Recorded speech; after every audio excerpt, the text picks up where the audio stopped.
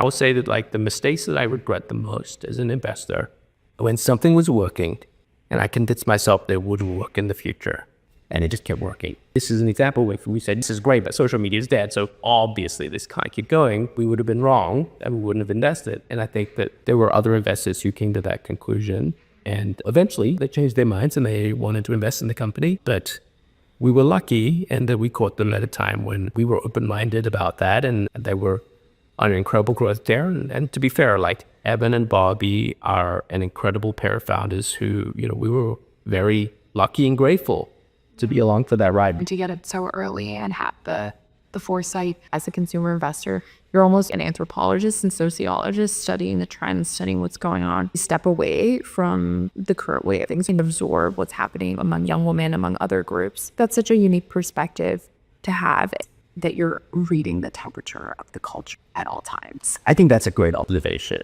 I think that it is super tempting to think you know what's going on, and that prevents you from just observing, which is what an anthropologist should do, draw their conclusions from the behavior versus imposing a pattern on the behavior. At the time that we made the investment in Snapchat, a lot of the industry and a lot of other investors held the view that, disappearing messages must be to sexting. Like, what other purpose could it be for? And if you're a middle-aged male venture capitalist, then that might actually be the use case, disappearing messages.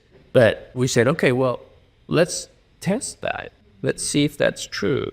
We can't see the images. Neither can Snapchat. That's part of their whole end-to-end encryption, is that like they can't see what the images are.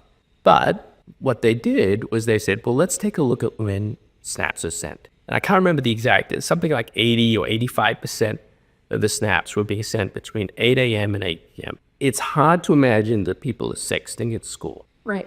But during the school day, it's hard to imagine that is the primary use case, right? Like, was there some sexting? I'm sure there was. But 85% of the messages, 85% of the snaps were being sent during the school day. That tells you that's not the primary use case.